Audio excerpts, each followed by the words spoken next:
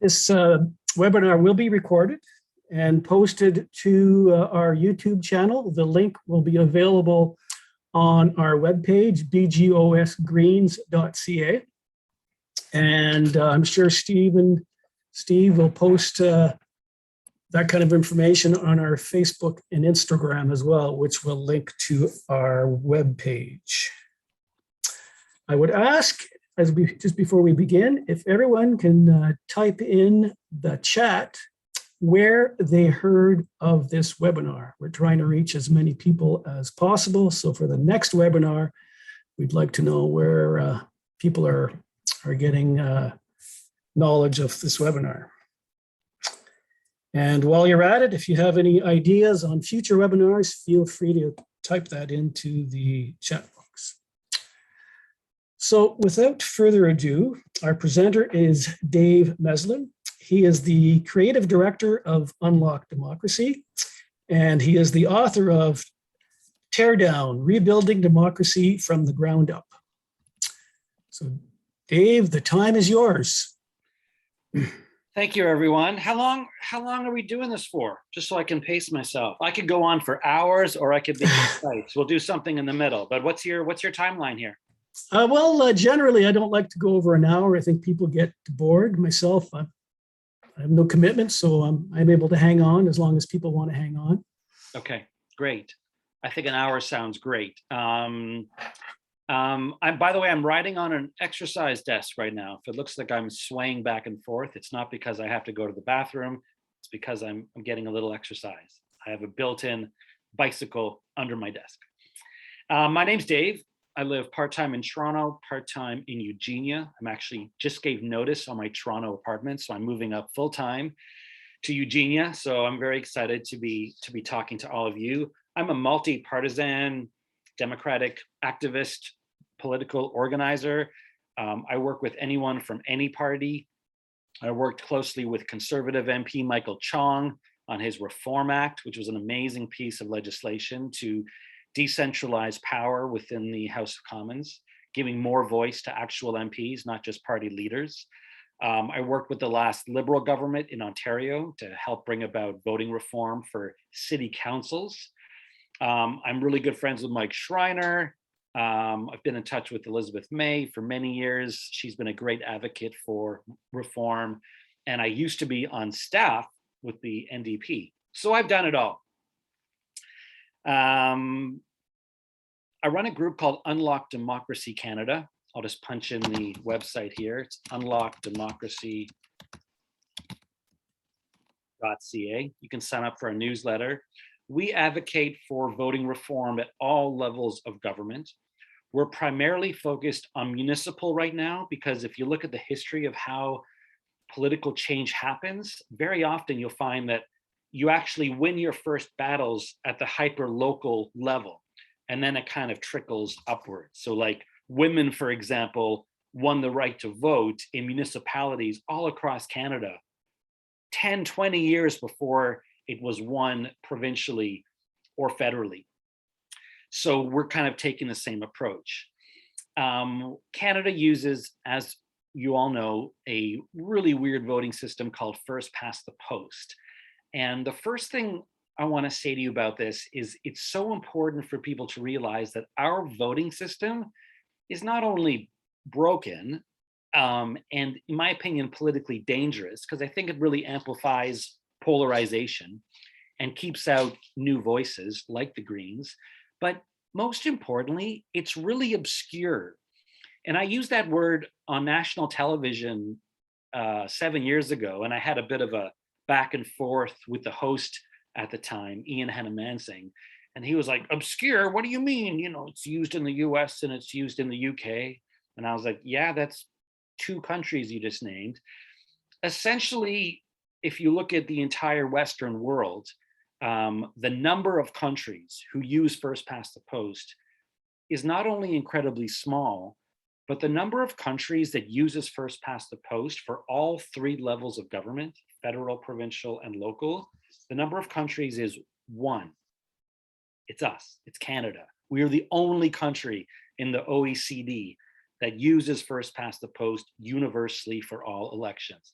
all across the United States for local elections, they use various forms of runoffs a runoff, I'll get into details a bit later, but a runoff just means like when you have a race for a party leader, if no one gets 50% on the first ballot, you either have another count, second round where everyone votes again, or more likely you're using a ranked ballot where you just eliminate the candidate with the fewest votes. Those ballots get reallocated to the second choice. We've all seen this. The Greens do it, the Liberals do it, the Conservatives do it, the NDP does it. This is how you elect any nominated candidate in any riding and how you elect the leaders. It's also how you elect the mayor in most American cities. You have to get 50% of the vote. In the UK, they also use ranked ballots for local elections in London, for example. And when they were a member of the EU, they used proportional representation to elect their EU seats. So we're really an outlier here using an incredibly old system. It would be like, buying a phone and just never updating the operating system, right? So, or in our case, it's like still using a dial phone with a squiggly wire that many of us grew up using. It is absurd that we innovate in every sector of our lives. We try new things. We embrace, what's it called? Disruption in a sector, right? Where like some new startup with an entrepreneurial spirit tries something new. We're like, oh, cool, this is new. I want this new gadget. I want to hear this new song. I want the new TV. Oh, but voting systems, we should just keep it the way it's been, for 100 and odd years. We need to take that same spirit of innovation and apply it not just to our voting systems, but every aspect of our democracy, which is really stuck in the dark ages. And I dive into tons of issues in my book. I'll put the book name down in the thing as well. You should check it out. You can buy it, but you can also just get it from the library. They sell it at Highland Grounds in Flesherton, if you want to pick it up from Sean. So what I was saying is that in so many ways, our political landscape is really archaic. So the House of Commons, for example, is designed for two parties, the government and the opposition, to face each other like these militaristic mobs and just hurl insults back and forth with this space in between, a sword's length, so they can't hurt each other. And we literally call the second party the opposition, which, if you think about it, is really juvenile, that their primary role is to oppose, right? So whatever you suggest, my job is just to be against it, right? And somehow this is supposed to give us the most thoughtful outcomes. It would be like a marriage counselor suggesting that the best way for you to come to fruitful conclusions between 2 points of view is for one person to automatically argue with whatever the other person says, as their solution. Hold on, I have to let my cat out of the door. Frankie, I'm teaching a class. You go. Sorry about that. Pet duty.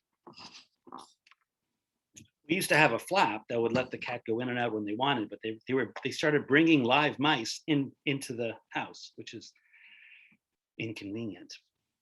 They're supposed to kill the mice. Instead, they brought the mice in. So anyways, I could rant on and on about how archaic our system is, how so many elements of our political landscape really perpetuate elitism, polarization, exclusion of new ideas, and as we all know, a real lack of representation of women's voices, younger voices, diverse ethnic backgrounds, indigenous voices, etc. And to some extent, it's so exclusionary that it's really a family affair. I mean, both federally, provincially, and often municipally, our rulers are sitting in the same seats that their dads used to sit in, right? I mean, both our premier and our prime minister right now have fathers who, kind of did the same thing. In Ford's case, he wasn't the premier, but he was in the legislature, and his brother, of course, was a mayor, and his nephew was on council. And this goes on and on and on. So what we're talking about when we're talking about political reform, PR is one of the answers, and I think it's one of the most important answers, but it's really part of a larger palette or toolbox of reforms we need to look at, because the entire system is broken. We could talk about campaign finance reform. We could talk about partisan obedience within the legislature, that when we do elect a caucus of liberals or conservatives or NDP, the Greens don't have this problem yet, because you've only got one in Ontario, and two, I think right now, in Ottawa, two, I think it's two. So you don't have party whips in the same way, but it's a big concern. What happens when the Greens do elect 10 MPPs in Ontario? Is there going to be a party whip? So it's been very easy for Elizabeth to say, "Oh, we don't whip our votes." Well, that's because it's just her and Mike. It's a little easier to sort these things out. But the NDP, the Liberals, and the Conservatives have the highest rate of partisan discipline and obedience than any other Westminster country in the world, more than Australia, more than the UK, more than New Zealand. So these are all major problems, and they all have solutions. So what I do in my book is I lay out all the problems, and then I offer solutions that are actually being used in other countries. And the easiest one to talk about is proportional representation, because not only is it being used in other places, but it is the norm. It is the most common voting system in the world. Now, let me dive into some details. And I should correct the statement I just said, because proportional representation isn't a voting system. It's a goal. It is an outcome, a desired outcome. And it's a family of voting systems that strive for that outcome. So there's no perfect voting system in the world. This has been mathematically proven. Every voting system has flaws and can offer distorted results under different circumstances. And there's different ways of measuring the merits of voting systems, and ones that excel on one measure might do worse on another measure, which opens up a debate about which measure is the most important. Is it geographical representation? Is it proportional representation? Is it having the least amount of people unhappy or the most amount of people very happy? And these are philosophical debates to be had. But one of the simplest measures of the outcome of any election is simply, does the outcome represent what people asked for, right? And that's all the proportional representation means. We talk about it as if it's some weird, obscure academic term.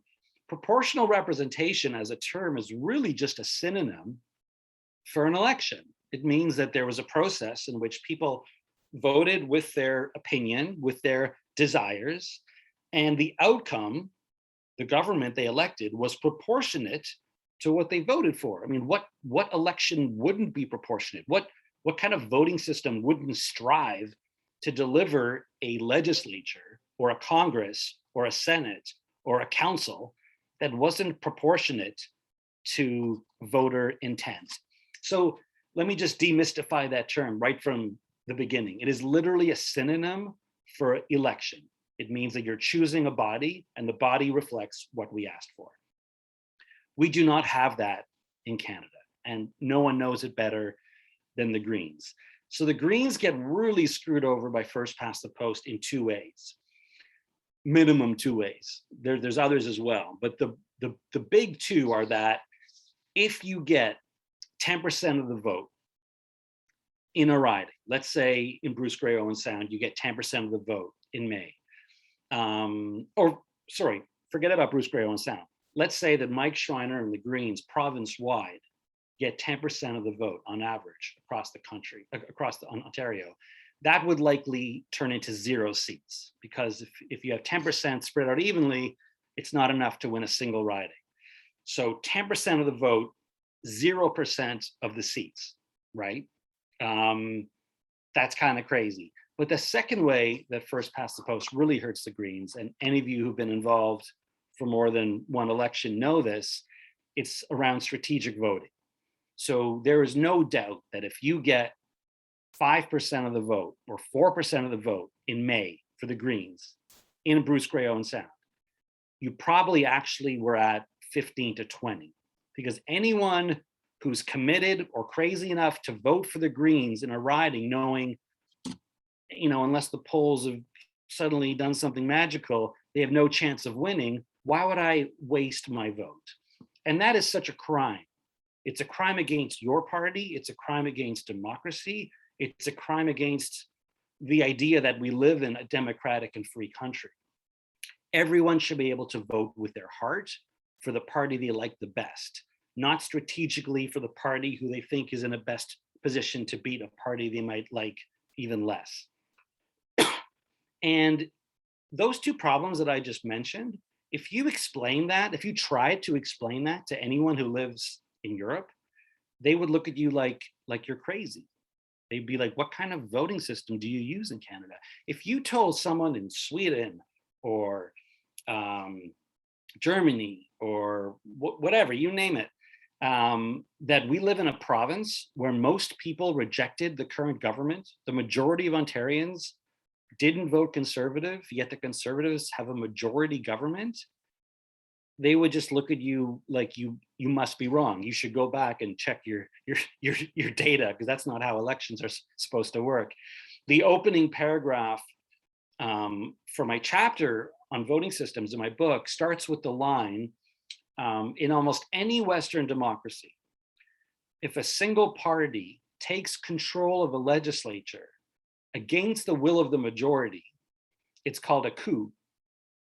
And in Canada, we just call it an election. And it sounds, maybe radical or reckless to compare what we have here with coup d'etat in another country, but the outcome is the same. We end up with governments who literally are ruling unilaterally with the majority of it means they don't have to work with anyone else. They don't have to compromise. They don't have to negotiate. They do whatever they want against the will of the majority. It violates the most basic premises of democracy.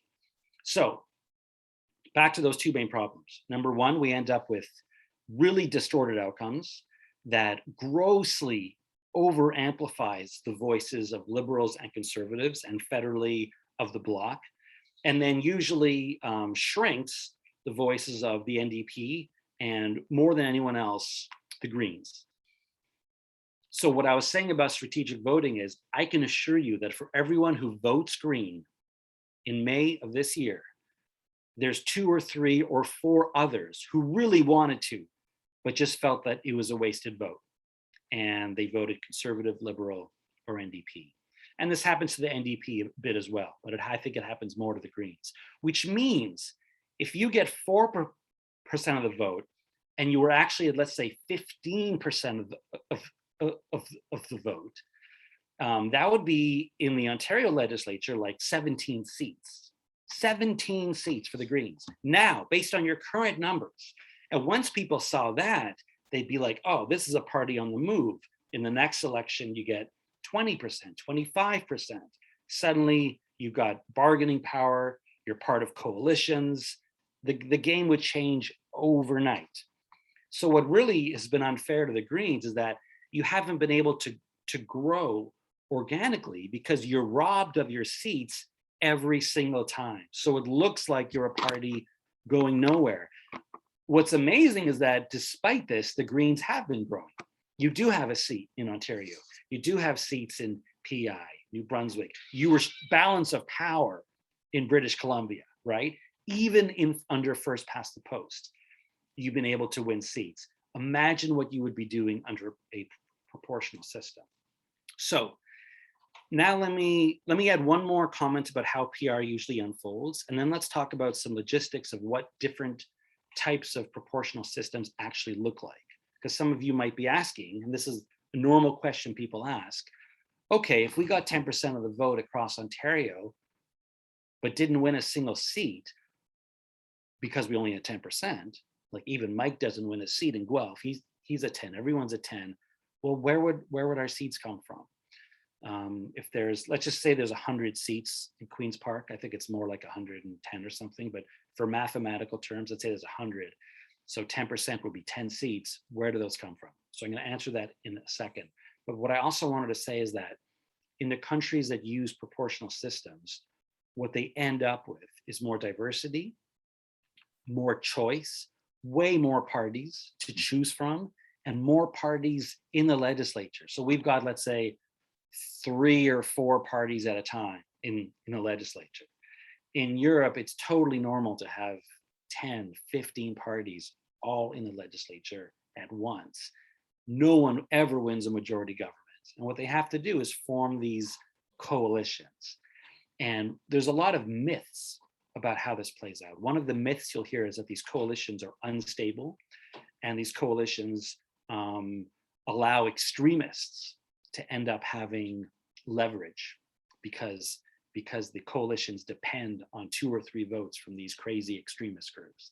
And yes, there are countries that have extremists in their coalitions. The 2 most common examples are Italy and Israel, which are historically unstable and do have what we would consider extreme voices in the governing coalitions. But those are the outliers, and they're outliers for historical context and historical reason. On average, if you look at the data across the board, it's actually first past the post that leads to instability, and I would argue extremism. Because what you get is first past the post pushes you towards a polarized 2-party system. The US has a 2-party system. UK essentially has a 2-party system. The Lib Dems, sometimes win a few seats here and there, but first past the post, because it encourages strategic voting, is pushing them towards a 2-party system. And even here in Canada, let's be honest, in our entire history, we've only had 2 parties in power, ever, federally, blue or red. It goes back and forth, blue, red, blue, red. You might get a blue, blue, and then a red, or a red, red, red, and then a blue, but it's essentially a 2-party system when it comes to who's in power. Even provincially here, aside from 1990, with a little NDP blip, it's been a 2-party system. And when you have a 2-party system, if extremists take control of one of the parties, they're very likely to end up in power, which is what happened with Donald Trump.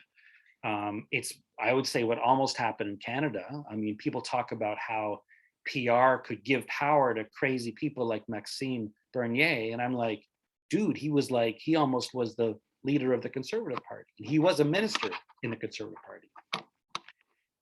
Look at Brexit, right? Brexit was an irrational, partisan, polarized move. It came out of a first past the post country. Donald Trump came out of a first past the post country. So what do PR governments look like? Again, if you exclude Israel and Italy and look at the rest of Europe, what you'll find is extremely stable governments, fewer elections than us, because once you've formed a coalition, it makes sense to keep going with it rather than roll the dice and see what happens. And what you find is coalitions who work together and actually put forward much more progressive and green legislation than we have here in Canada or in the US. And the idea that they would have to negotiate with, racists or Nazis or whatever is just absurd. You negotiate with whoever you want to negotiate with. So if there's a 300-seat legislature and you're trying to piece together a coalition that can form a majority and have the confidence of the House, the last party you're going to talk to is a party with a few racists. You're just going to ignore them because you know that your membership is watching your every move. So it's just, let me put it this way. PR does allow racist parties to win seats. It does not give them power.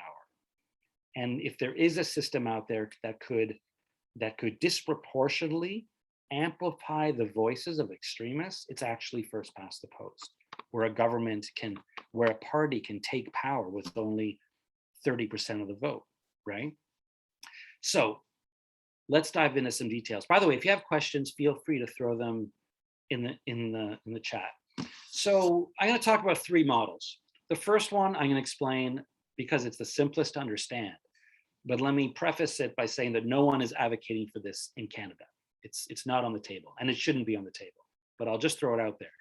A purely proportional system would not have ridings at all. And this is actually used in lots of Western democracies.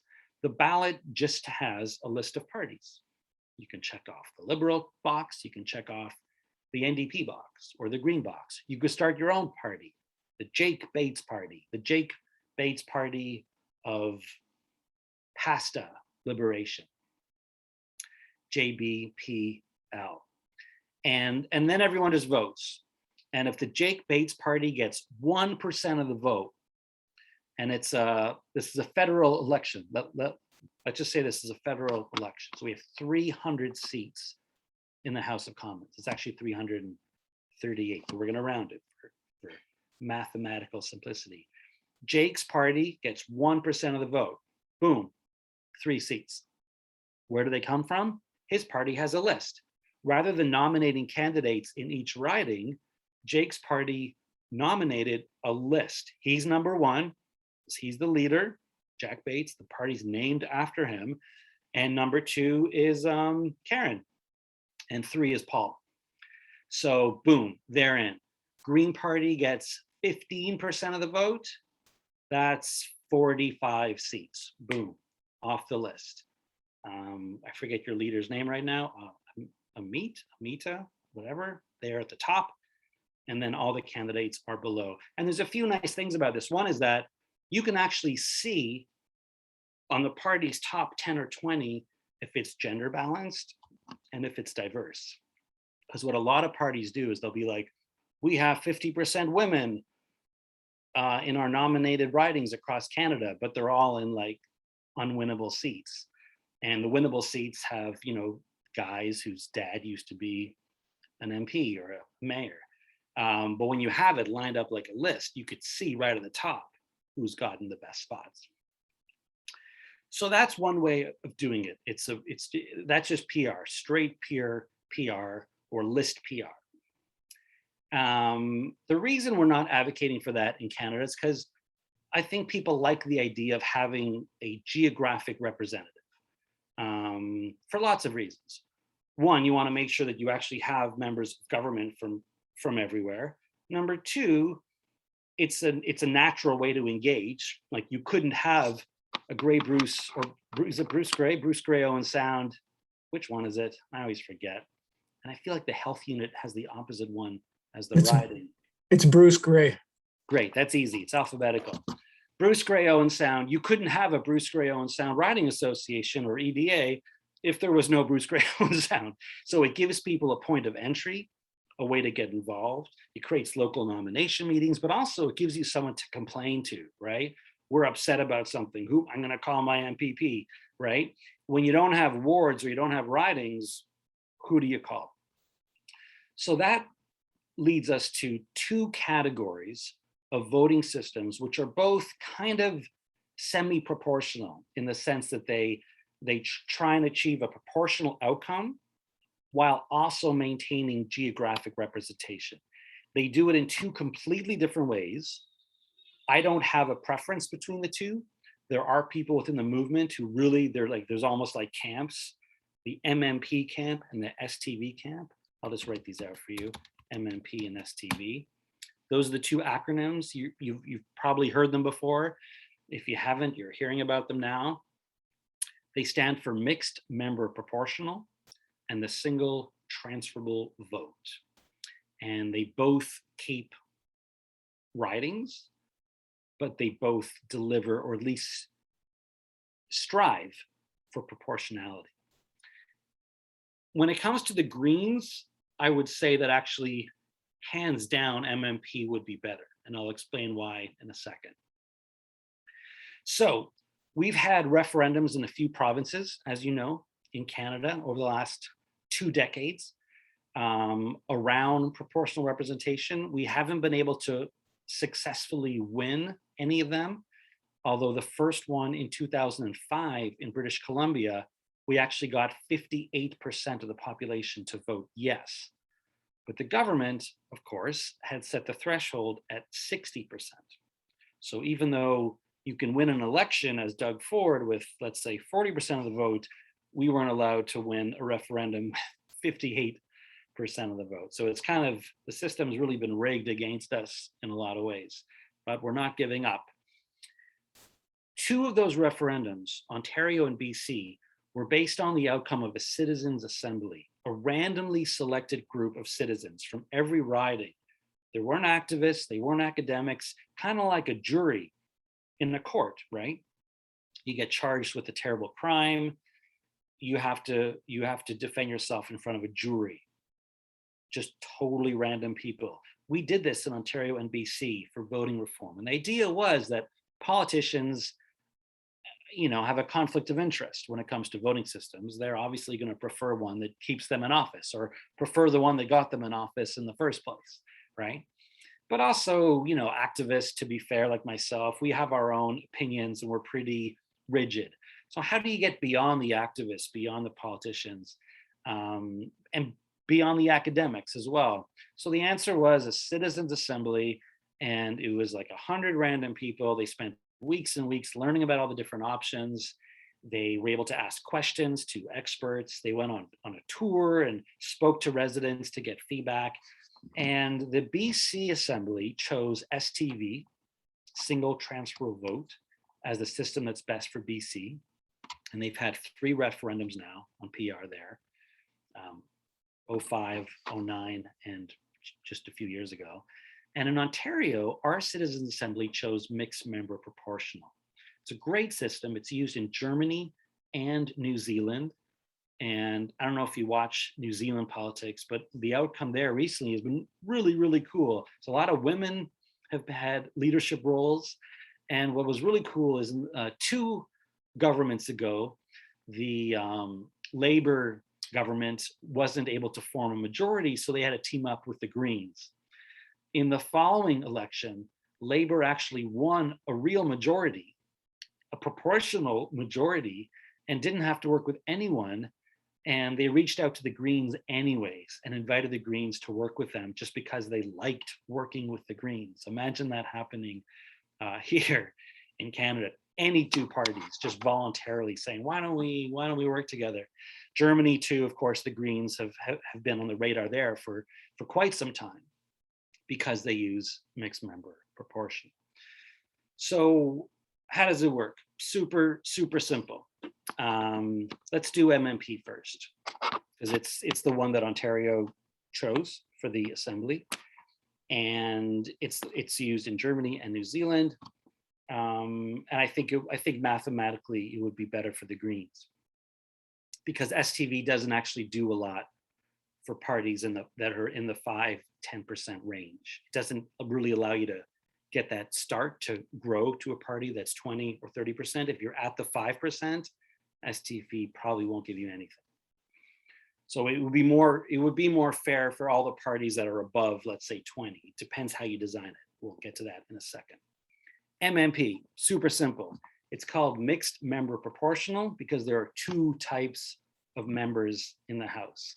There are riding members and there are party list members. So essentially you take the Canadian system we have now and you elect, let's say, half of the House with that, done. And then the other half you do, like we said before, just using lists. And the lists can be province-wide, or you could break them down so they're regional, but essentially the idea is that you're electing part of the legislature. Usually it's more like 70% or 80%, but I think 50-50 is a good mathematical model to work with. Let's say 50% of the legislature is through seats and 50% is through lists. So this is how it could work in Ontario. And we're just going to use round numbers for simplicity's sake. 100 seats in the legislature right now, 100 ridings in the legislature. If you are at 5% in May under the current system, if that 5% is distributed evenly, you win nothing. MMP would work like this. We're going to take every 2 ridings and combine them into a larger riding. So now there's only 50 ridings in Ontario, not 100. The other 50 members are going to come from lists. So what you get is a 2-part ballot. One side says, who do you want to elect locally? Jake, Karen, Chris, or Steve, or Paul? Everyone votes, same crap happens as always. The outcome is distorted. Even if you used a ranked ballot, it would still be distorted because it's a single winner election. And the Greens probably wouldn't win a single seat. Let's say Mike gets his seat. Mike gets his, great. So now you've got, but on the other side of the ballot is which party do you like? So who do you like locally and which party do you like? Which is fun because you could actually vote strategically on one side of your ballot and be like, oh, I'm going to vote NDP or I'm going to vote Liberal. But on the party side, be like, I like the Greens. So let's say that on the party side, 10% of the province says, I like the Greens. But because that's not enough to actually win many seats, you only won the one seat. You've won one seat now out of 100, but you should have had 10. So you're short 9 seats. So of the remaining 50 that are up for grabs now that aren't connected to ridings, you get your top 9 people off your list. I mean, not including Mike, because he's already won a seat. So you get 9 people off your list. Now you have 10 seats. That's it. And if a party, let's say they got 25% of the vote on the party side of the ballot and actually won 25 seats, they wouldn't get any top-up seats. The 50% of the legislature that comes from lists is used to compensate for any distortions and top up the parties who didn't win as many seats as they had earned. So it's a beautiful system because it keeps local ridings, they're bigger, but you still have a local riding, you have a local riding association, you have local candidates, but the Greens and every party actually end up with a proportionate number of MPPs that people wanted, which would allow them to grow every time. So you would end up with 10 MPPs this time, which would be huge. I mean, if the Liberals, the NDP, come close to a majority, if they win, like, let's say 45 seats, I could see either of those parties, even the Conservatives, if they have to work with someone, the Greens would actually be the first pick, I think, of all the other parties. Like if the Conservatives, the Liberals, or the NDP needed to choose another party to collaborate with, I think they all hate each other so much they would all turn to Mike first to be like, okay, let's talk. So it would give you an enormous leverage. And then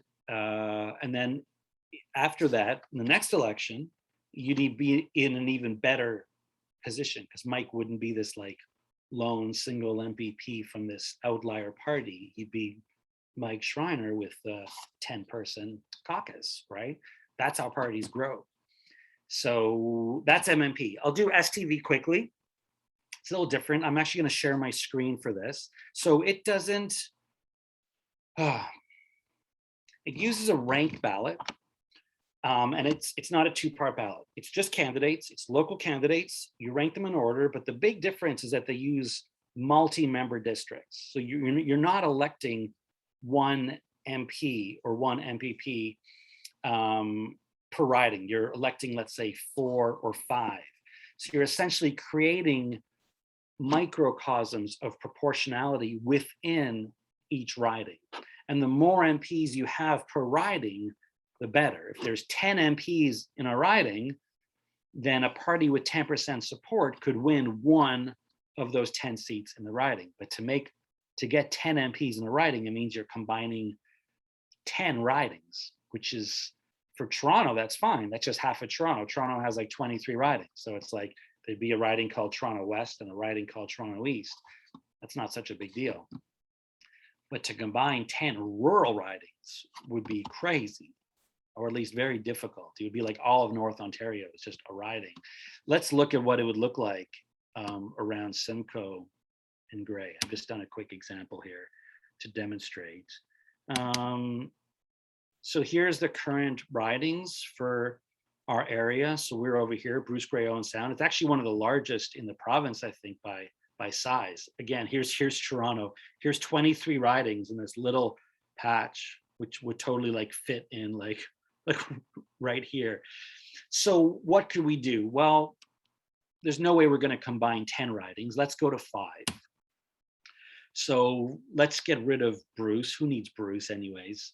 Sorry, some of you might be from Bruce. I'm a gray Highlands guy. Anyways, we're gonna get rid of Bruce. We're gonna go with Gray and Simcoe, and we'll have to throw in Dufferin Caledon. So here's 1, 2, 3, 4, 5. And we're gonna combine that into a new riding called Gray Simcoe. And this is a system used in Australia and used in Ireland. And Gray Simcoe is now a new multi-member riding that elects 5 MPPs to Queen's Park. And I guess maybe it'd be different for federal because they have so many more. I'd have to do the math.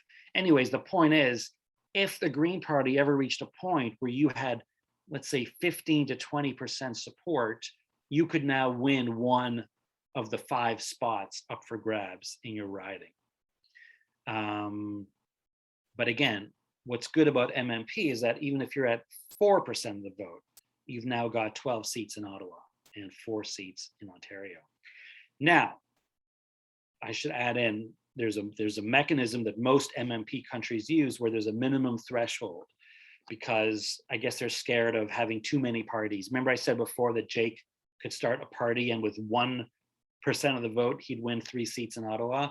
Most of these countries actually have a rule that you need to get over, let's say, 4% of the vote. That would be fine for the Greens. The Greens would, I think you'd be over 20% already if you got rid of strategic voting.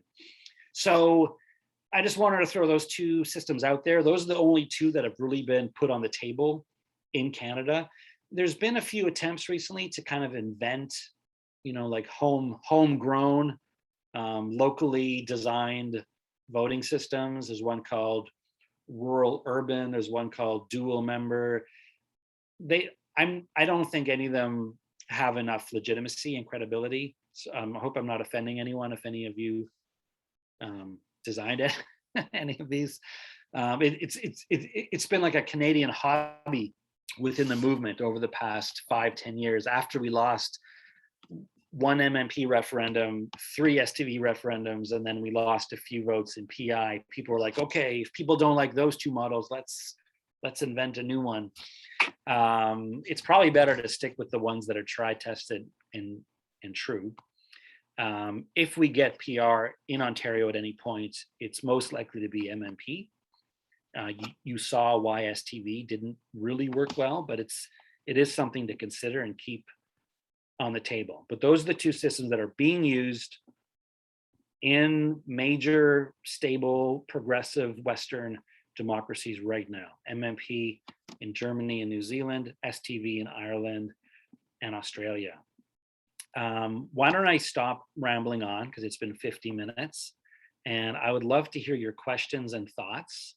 And I wanted to remind you again that I think it's really important to focus on the history of political change and not underestimate how powerful it would be for us to change how we elect our municipal councils in Grey County, in Bruce County, in Owen Sound, at the county level, at the municipal level, for our lower tier, Grey Highlands, West Grey, Southgate, all of that. I think if we push for voting reform municipally, we will have an easier time securing it provincially and federally. Okay, let's open it up to questions. Thanks for your patience, everyone. I hope that was helpful and clear.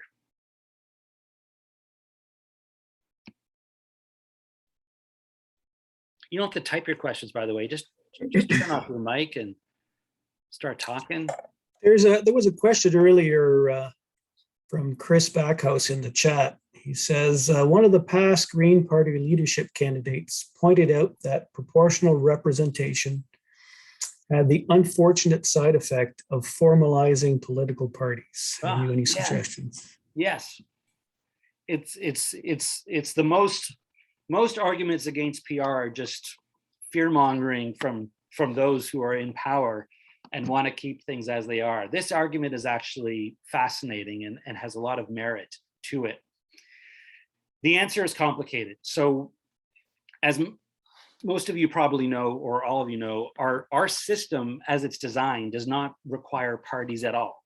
And technically we don't send parties to Queen's Park or to the House of Commons. We send geographically representative members of parliament or provincial parliament. They could all be independents. Theoretically, in May, we could, if we wanted to, elect 100 independent MPPs to go to Queen's Park. They would have to figure out who has the confidence of the House. They'd have to choose a premier, but there's nothing within our rules that requires parties. It's easy to forget this because what's going to happen in April and May is going to completely revolve around party brands and party leaders and party platforms. So the criticism is, well, PR does the opposite. How would you win as an independent under PR? And why would we create new rules that give so much priority to the proportionality of parties when our whole system is based on individuals? So my first kind of tongue-in-cheek answer is, let's be realistic about what our system has become. We don't elect independents to office. It's extremely rare. I think Jody Wilson-Raybould was probably the only independent MP elected in the last round.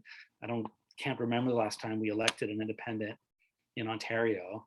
And everything is about party brands, party colors, party platforms, and party leaders. So it's a little naive to like romanticize this time when, you know, parties weren't part of our system, if that ever was, and then make sure we don't give parties more power. I mean, parties have all the power now. They have all the power. So it's almost moot. It's kind of almost a silly thing to even bring up, because beyond an academic standpoint, it's just a footnote of history that technically our system doesn't rely on parties. But more importantly, you could argue that both of these systems actually would help independence. And we would elect more independent representatives under MMP or STV. Under STV,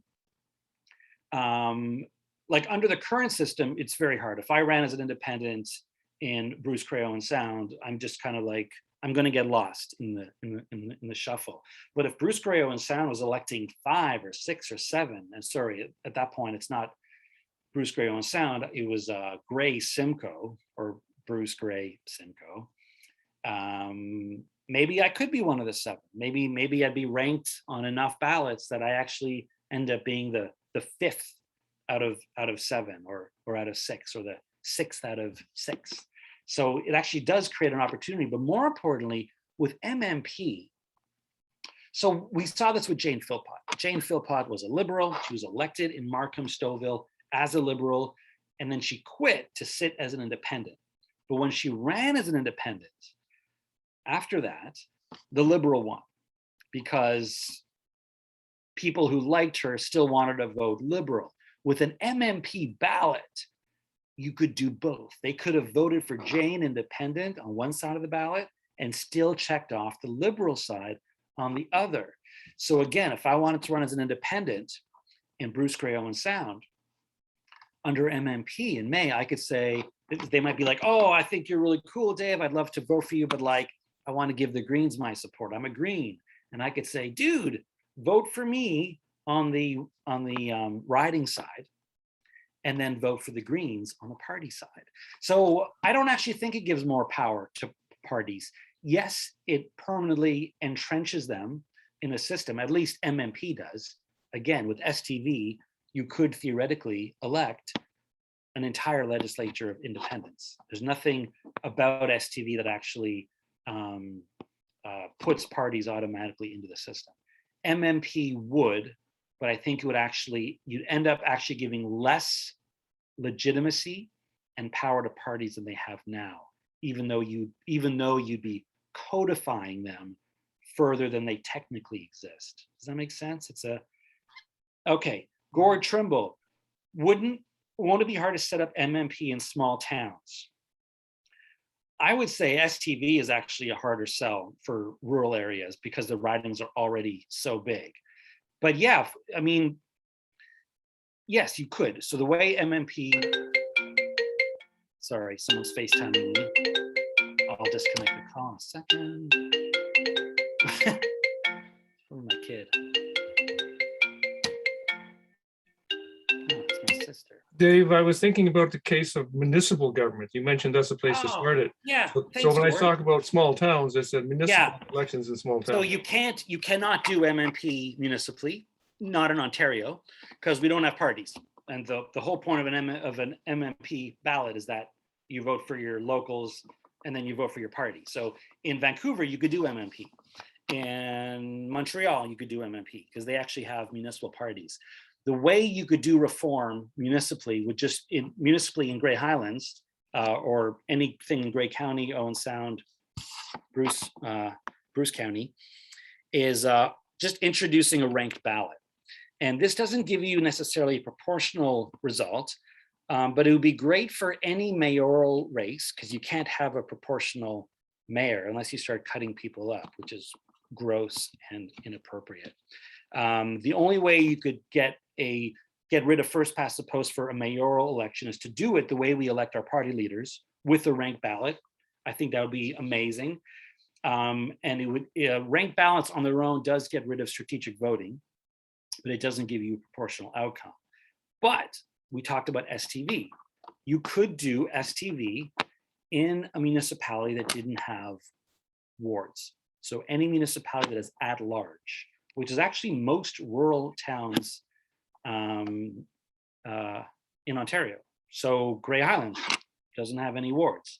If you introduce a ranked ballot in Grey Highlands, the way it would work, there's a really cool formula you use. It's 1 divided by the number of seats plus 1.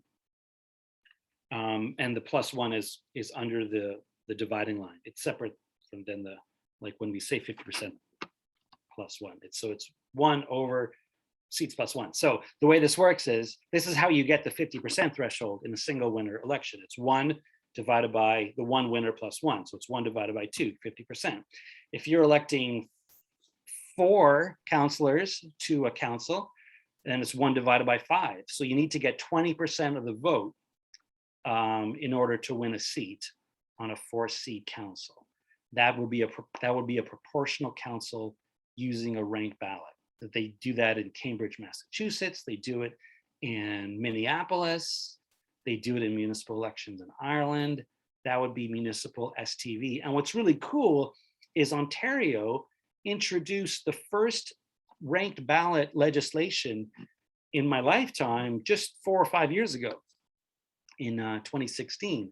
It was called the Municipal Election Modernization Act. I worked very closely with the Wynne government on this. Mike Schreiner was a huge supporter, and it allowed any municipality in Ontario to use a ranked ballot in single winner or multi-member proportional elections. And it had all the mechanisms for PR that we use in Ireland and Australia for STV.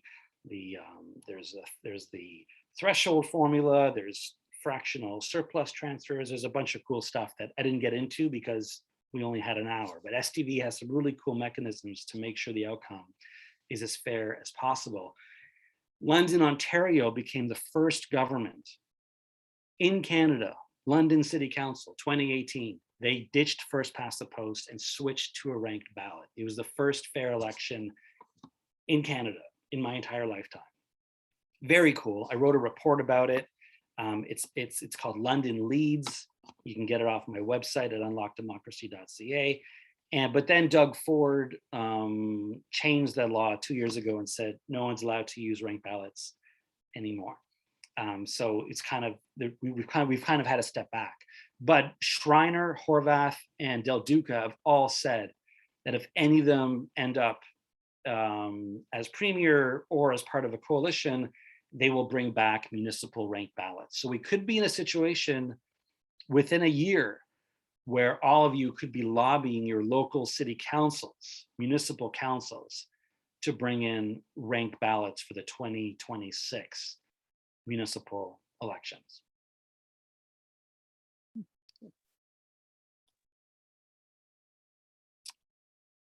And you know what I'll do is I'll send a list of these you don't have to like write all this stuff down and start Googling. I'll send a list of these resources to Steve and Eve, and they can send it out to you. I'll send you all the links to the report and the website and the legislation. And we're actually running a national campaign right now called Local Choice, where we've set up teams in each province to try and push their provincial government to bring in local choice legislation that allows each municipality to decide on their own if they want to use ranked ballots. Okay, I'm going to ask, I'm not sure if I'm unmuted. I can hear you, Jake. Okay, so I'm not unmuted. That's good. I was very interested in your book. You talked about the SLAG, the single leader yes. of the group. And I cannot help but think, you know, and just as a typical example, for the last 2 years, we've watched Justin Trudeau and more Justin Trudeau come out and talk to us about the pandemic. And all I could think of is, why do we have a minister of health? And we're up to 39 cabinet members, and I don't even know who these people are. So I just wondered if you could talk about, like, I find the whole system now, it's not even that we elect seats, it's like we elect a king.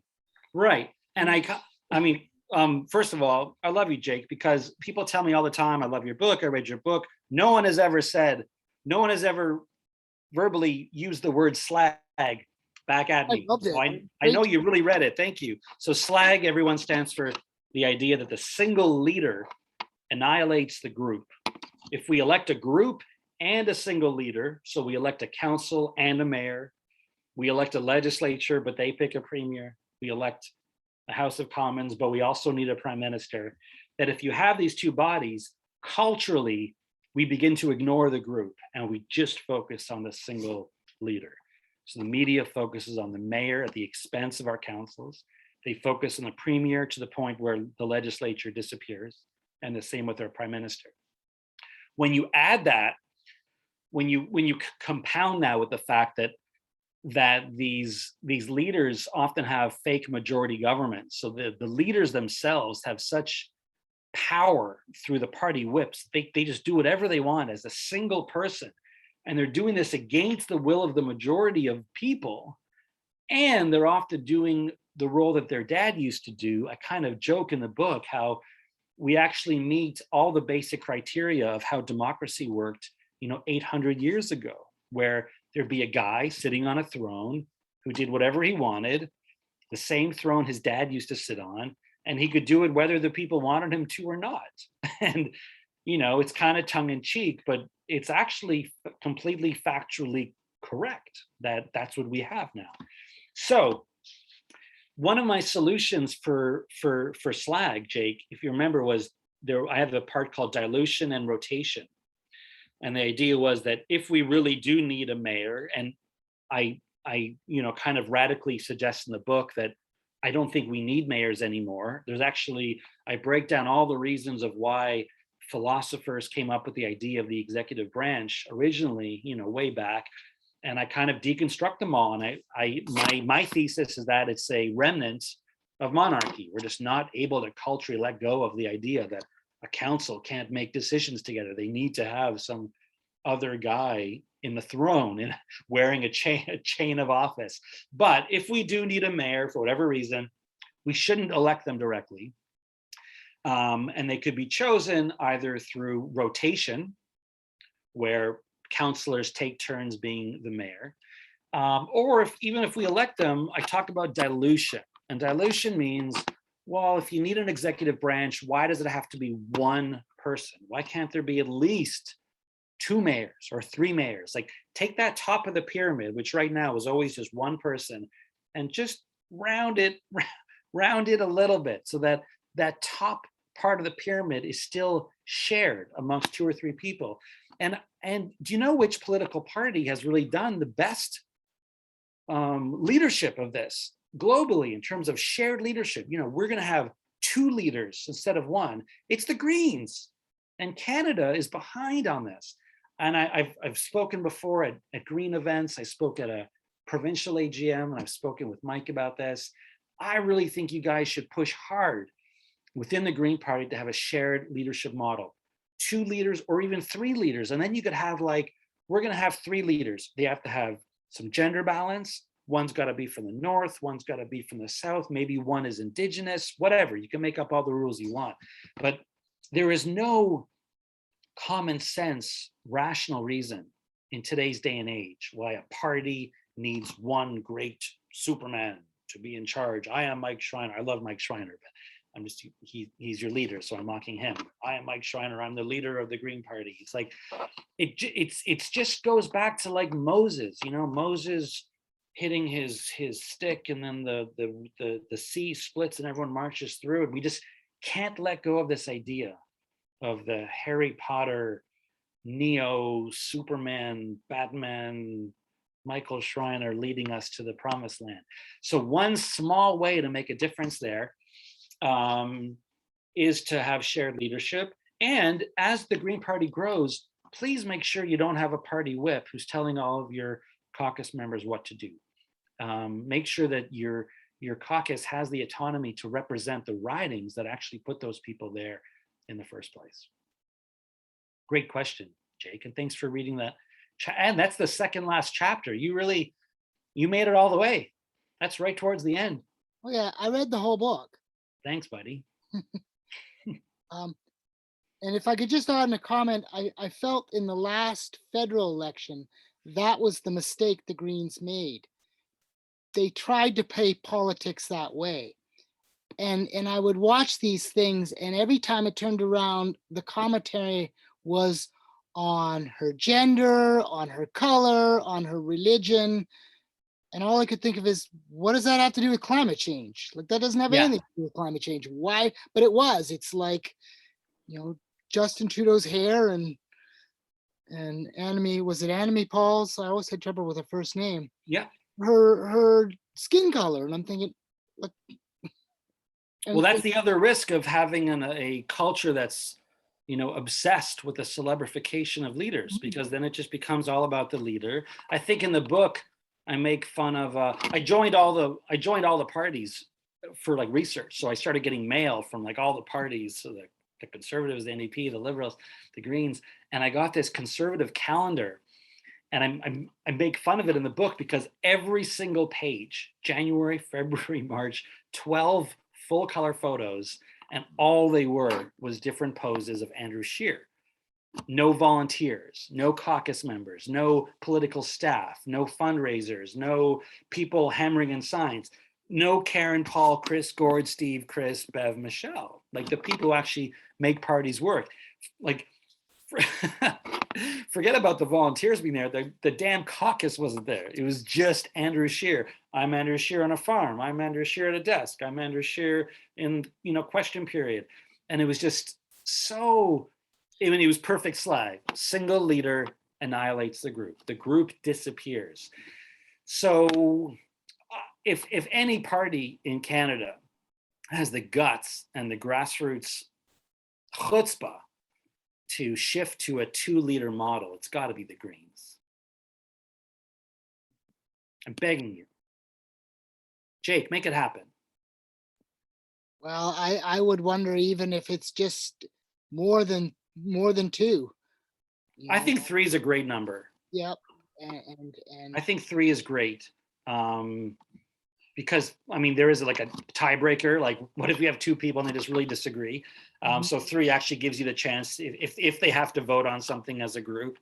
It does give you that north, south, and maybe indigenous, if you want to, you know, break it down that way. But also, if you start to get more than 3, then it's not an executive branch at all. Although I think is it Sweden or Switzerland? Someone's got a 7-member executive. Oh, and by the way, the founding fathers in the US, I am actually pointing south. Oh, no, I'm not. South is over there.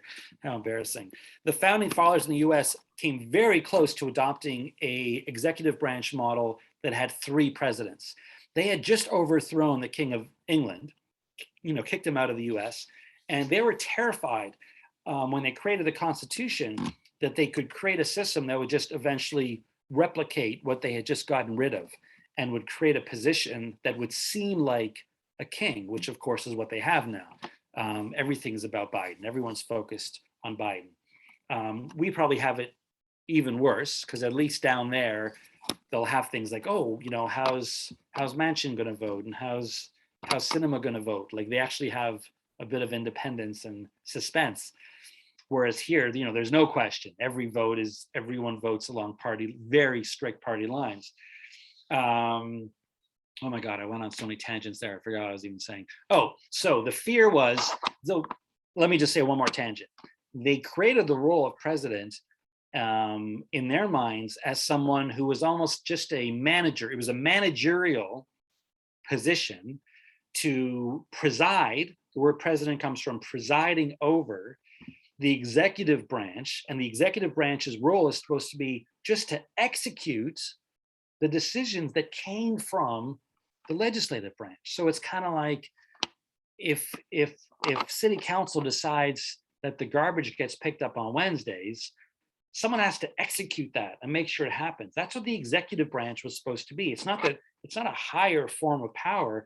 It's a managerial role to make sure that the legislation that comes out of the legislative branch gets executed, and that someone presides over the execution. They'll be called the president. It was never supposed to be anything remotely like what it's become. And in fact, the executive orders that we see often in the US, which here we just call legislation, like any government bill is essentially an executive order from Trudeau because they have party discipline. Those were originally used like once a year. They were just supposed to be for like really emergency situations when there wasn't enough time for Senate and Congress to sit. What if something needs to get done right now? Like we're under attack, right? So there'd be an executive order, but now they just do it all the time. So we've really devolved politically back 800 years to the time when single people like Trudeau, like Ford, like Biden can do a lot on their own with one signature, which is the exact opposite of how both the Canadian and the American systems were designed. They were supposed to prevent any individual person from wielding too much power.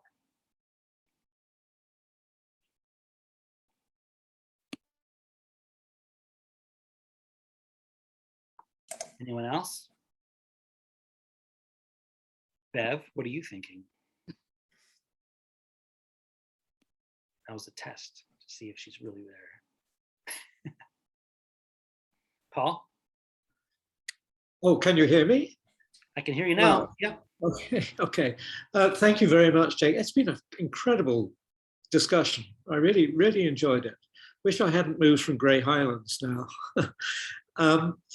The one question I have, with the mixed member system, you have a list, and that list, are you not going to increase party authority, party discipline, if the party actually decides who should be on the list and how they are ranked on that list? Yeah, no, I mean, it would be up to each party to decide how they make these lists, but I think the most likely scenario is that the full membership would vote on the list, just like the members choose, who's going to be the nominated candidate now. I mean, parties don't all do that very well. Some of them, drop in their own candidates, parachute candidates, which the Conservatives just did actually in Bruce Gray.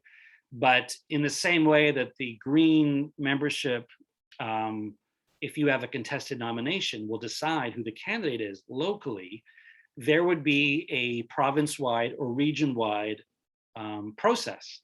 And Jake or Paul or Karen could say, I want to run to be on the party list, and all the members would vote, and the outcome of that vote would decide the list. It shouldn't put any power into the hands of the leadership at all. Right. There would be a transparent nomination process.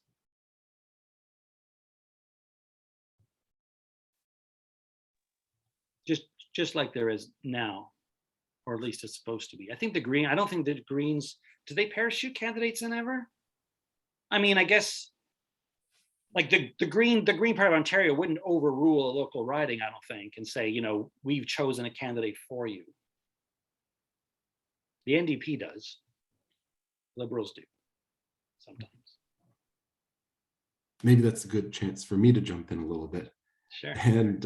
And point out to anybody on this call is that we are still looking to nominate people for candidates in Bruce Grey Owen Sound. And so if you or anyone in your network, you meaning all of you who can hear my voice, has anybody in your network that would even be remotely interested, please have them get in touch with us. I guess the email address is on the website. Maybe I'll put it in the chat.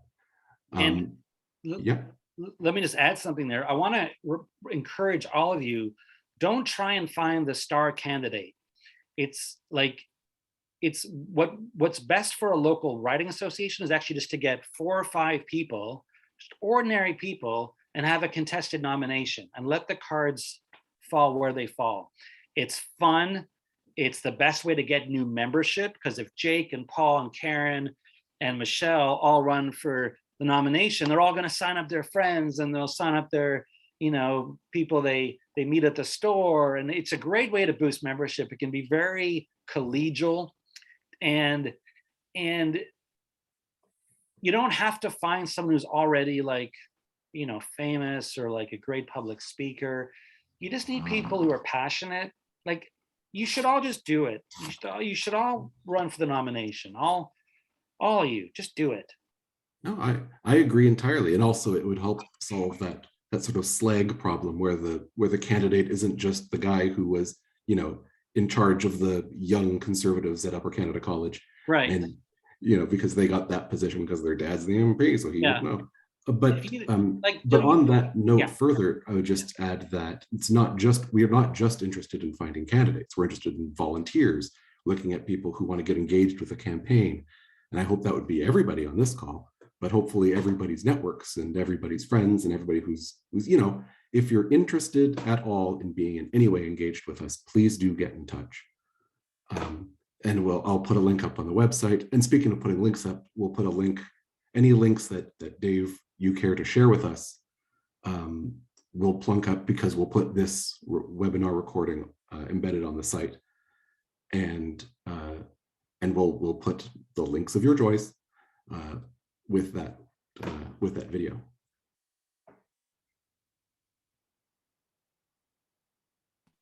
Sorry about that. It's been a real pleasure talking to you all. I look forward to meeting you all face to face at some point once COVID's done and you guys start doing actual events live in the riding. I'll be sure to visit. Well, thank you very much, Dave. It was quite informative and very interesting. And I thank everyone for attending. And we are planning our next webinar. Stay tuned to our Facebook page and webpage for topic and date. So without, if there's no more questions, we will end this meeting. All right. Have a great night, everyone. See you in the riding. Thank you very much. Thanks, Dave.